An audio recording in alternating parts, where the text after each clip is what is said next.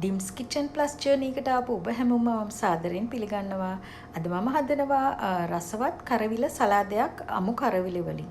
මේක හරිම රසයි මේ විදියට හැදුවාම. මේ තියෙන්නේ මේ කලමනා ඕන කරන කලමනා ටික. දැන් බලමු කොහොමද හදන්නේ කියලා.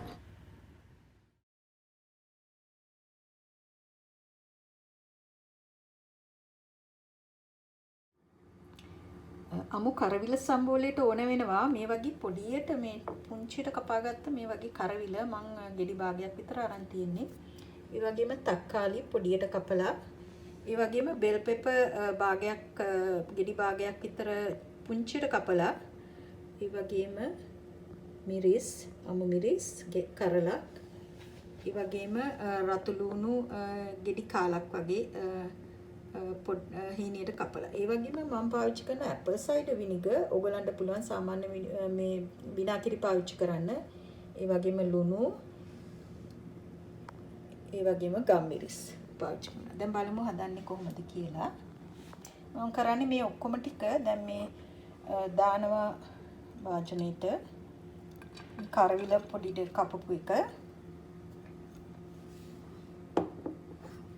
ඒ වගේම තක්කාලි දානවා. ඊට පස්සේ මම ගම්මිරිස් දානවා. ඔයගලන්ට තරම් ගම්මිරිස් දානවා. ඊට පස්සේ ඇපල් සයිඩර් විනිගර් මේස හැන්දක් විතර දානවා.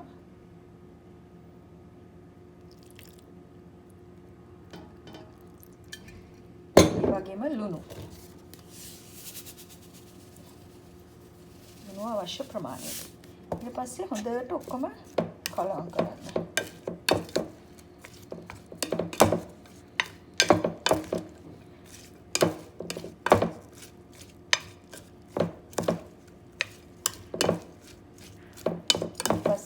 බලන්න ලුණු ඇතිද කියලා. ඒ වගේම මම අන්තිමට දානවා දෙහි. දෙහි ඔයගලන් කැමති ප්‍රමාණයට දෙහි දාන්න.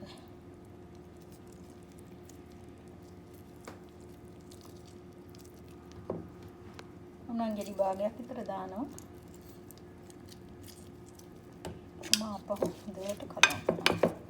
මම මෙහිම සමහරට ටිකක් මේ හැන්දෙන් මෙහෙම පොඩ්ඩක් තද කරනවා. එතකොට සමහර වෙලාවට ඒ ඔක්කොම හොඳට මේ මිශ්‍ර වෙනවා.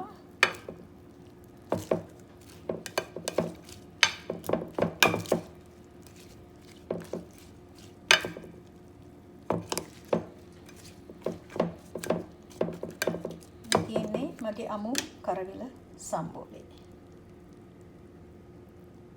බලා හිටපු ඔබ සැමෝටම බොහොම ස්තුතියි. අයබෝවන්.